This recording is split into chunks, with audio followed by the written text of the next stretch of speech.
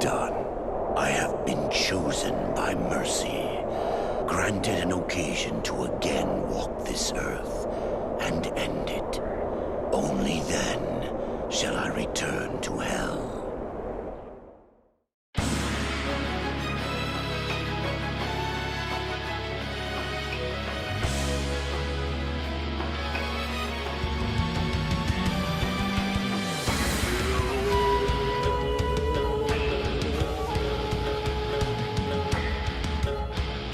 日利天三千大勢を見下ろさば。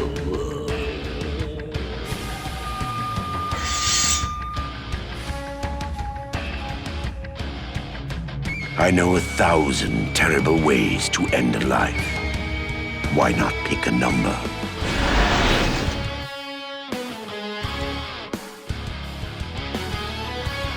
Where have gone the battles worth fighting? For now, I see only children with their toys. The first of the three unifiers, Nobunaga Oda was a fearsome man often remembered for his ruthlessness and thirst for power. The Oda clan was a minor clan upon his birth, with his father being of little note. Growing up as somewhat of a delinquent, he earned himself the nickname, the Fool of Owari. A tactical genius, Nobunaga is known for his countless victories against larger forces, and for his use of firearms in his army. He was neither the first nor the only daimyo to utilize them, but his specific implementation of them was revolutionary and placed him far above his peers in terms of power. Nobunaga is often portrayed with a mustache, having his hair tied in a knot, and rocking a badass cape, often with a mix of Japanese and Western influences. Additionally, Nobunaga is associated with darkness, death, demons, and hellfire, primarily due to one event in particular, the Siege of Mount Hiei.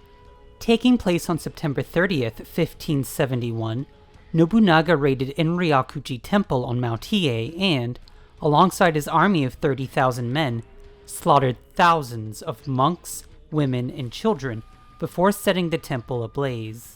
While none of these figures were particularly humane in their warfare, this was an action that didn't really sit well with anyone.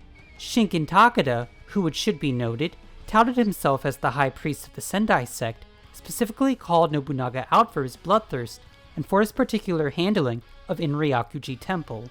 Nobunaga responded to this by declaring himself to be Dairokuten Mao, or the Demon King of the Sixth Heaven, a title normally reserved for the demon Mara. This specific declaration was documented by Jesuit Louis Froy, who had been in Japan on missionary work and decided to accompany and chronicle much of Nobunaga's life. The thing is, Nobunaga was kind of a wacky guy, even for when he lived, and chances are this proclamation was meant to be more sarcastic than threatening. Nevertheless, this event and his response to it immortalized him as a Demon King, the title he is given in Sengoku Basara and beyond. Funny enough, it would be fire that killed Nobunaga when his retainer, Mitsuhide Akechi, betrayed him on June 21st, 1582, in what would be remembered as the Honnoji incident. Okay, he technically died of seppuku and it was Ranmaru who set the castle on fire at Nobunaga's request, but it's poetic. Nobunaga's menace, power, and influence is portrayed well in Sengoku Basara. For starters, he has the most warlords under his service in the first game, with Nohime, Ranmaru, Tushiie, Matsu, and Akechi all at his beck and call, demonstrating how far-reaching his power was. Additionally, throughout this series, Nobunaga is shown to not only be demon-like in his appearance, moveset, and motivations, but he is eventually revived as a literal demon with the powers of Hellfire, though I'll describe that a little bit more in the Basara 3 video. Another interesting note is that he was changed to the protagonist of Devil Kings as opposed to Masamune, and, considering the first entries largely focused on Nobunaga, the time in which he was in power, and the Honnoji incident, it actually kind of makes more sense than having Masamune as protagonist. Finally, his sister, Oichi, is also in the games from 2 onward, and carries many of the same dark and demonic elements that her brother does. This demonstrates once again the consequences of his actions and how they affected others, further sewing himself as a demon in the fabric of history. He's also probably my favorite figure to learn about from the era, and for some reason I constantly find myself really interested in people who are either remembered as or known to be complete monsters. Nobunaga's weapons of choice in this series are a sword and a sawed-off shotgun, referencing his use of firearms in his military. While the Tanegashima was the type of gun that would have been used by his infantry, the sawed-off shotgun feels more powerful and more brutal, emphasizing the extent that Nobunaga would go to both secure and expand his sphere of influence. Alongside his weapons, Nobunaga can also use his cape and dark magic to defeat his foes. Nobunaga's moveset and animations that accompany it feel more aggressive and, in some ways, inhuman compared to the rest of the cast. He lacks the reach of Yukimura and the versatility of Masamune, but makes up for it with the devastating power his attacks have. Nobunaga's normal art combo, on its own, is a little hard to utilize in one-on-one encounters, and does decently well in crowds. However, unlike Masamune and Yukimura's normal art combos, Nobunaga's actually interacts with the first of his skills, Distant Thunder, in a unique way. Distant Thunder has him shoot his gun 8 times. These shots can be stopped at any point and chained into his normal art combo, and vice versa. Each shot and attack of the normal art combo correlates to the other, so, for instance, one shot of Distant Thunder counts as one hit of his normal art combo. It's really cool that Nobunaga has this mix and match skill, but there are some issues. Firstly, Nobunaga's animations are simply too long in the first game. Often, ending his normal art combo or really doing any skill of his creates a massive window for enemies to attack, which, in Basara 1, they definitely will.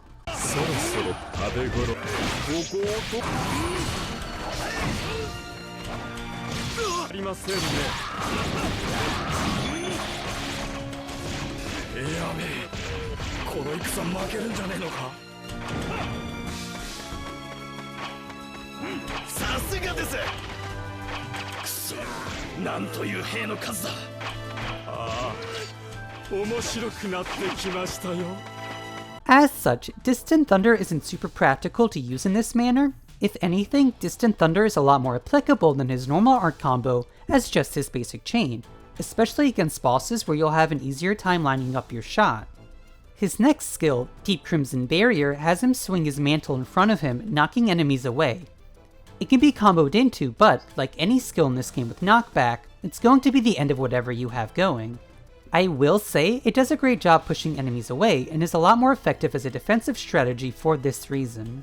His next skill, Calamity Thorns, has him thrust his sword into the ground to call upon spikes that rise upward. It can stun normal enemies, allowing you to go into a combo. While it doesn't stun bosses, it can still interrupt their skills, so it can be a good way to get pressure off you, though the startup makes it rather risky. Wailing Souls is one of 2 different install skills. This skill has him charge up his blade, and as he defeats enemies, absorbs their souls, allowing him to gain additional strength. If you switch skills in this state, it ends, and, if Nobunaga is hit, the souls will attack him. This is a high-risk, high-reward attack, and is the first demonstration of a trope Nobunaga carries with him in both his gameplay and stage design throughout the series, that of a devourer of souls. His element, Darkness, allows him to heal upon attacking enemies. I'm bringing up his element as opposed to Masamune's Lightning and Yukimura's Fire because Darkness is rather noticeable in the first entries and really plays into the game plan for those who utilize it, those being Nobunaga, Mitsuhide, Sasuke, and Kasuga in this first outing. Nobunaga's second install skill and final skill in the first entry continues this Devourer of Souls trope. Death-bringing diseases has Nobunaga surround himself with a thick miasma. While in this state, he can't run, instead being forced to walk, but any who enter this field will lose their health. Nobunaga's life also drains, but if you attack enemies, you will gain it back. This is a pretty good move, despite slowing Nobunaga down, as the rate at which enemy health is drained is pretty fast, and it can give you an easy way to deal with larger crowds of enemies. However, Nobunaga's best skill is, by far, his Basara skill. It sees him whipping around his mantle in a furious stance. The circumference the Basara skill covers is incredible, and is easily his best option for crowd control and damage. Though, it's noticeably less effective on bosses, but that's a surprisingly common trend for everyone in the first entry. Nobunaga's game plan in the first game should be one that utilizes his menacing moves to stun and lock enemies in place, allowing you to pressure them into submission. However, as mentioned near the beginning of this section, Nobunaga's animations are simply too long to really take advantage of any benefits his skills have. Distant Thunder's precision and relative speed in comparison to his other skills makes it a no-brainer to have as one of his two loadouts. But the second skill is always difficult as, often, I don't find myself really switching to it unless I want to feel spicy. Nobunaga, like all returning characters, has a lot of improvements in Sengoku Basara too. And, unlike Yukimura Masamune, there's actually a rather large degree of difference in most of his moves. Deep Crimson Barrier is the same, but the following changes were made to his other skills. Distant Thunder has 2 additional shots at the end, Calamity Thorns has 2 additional series of spikes that travel farther, and the attack now activates quickly enough to count toward a combo. Wailing Souls can be activated again to have all collected souls power Nobunaga's gun for a powered up shot. And Death-Bringing Disease only heals if the enemies are killed by it, and not by Nobunaga's normal arts while it's active. His 2 new skills are Dashing Ecstasy and Deep Crimson Piercing.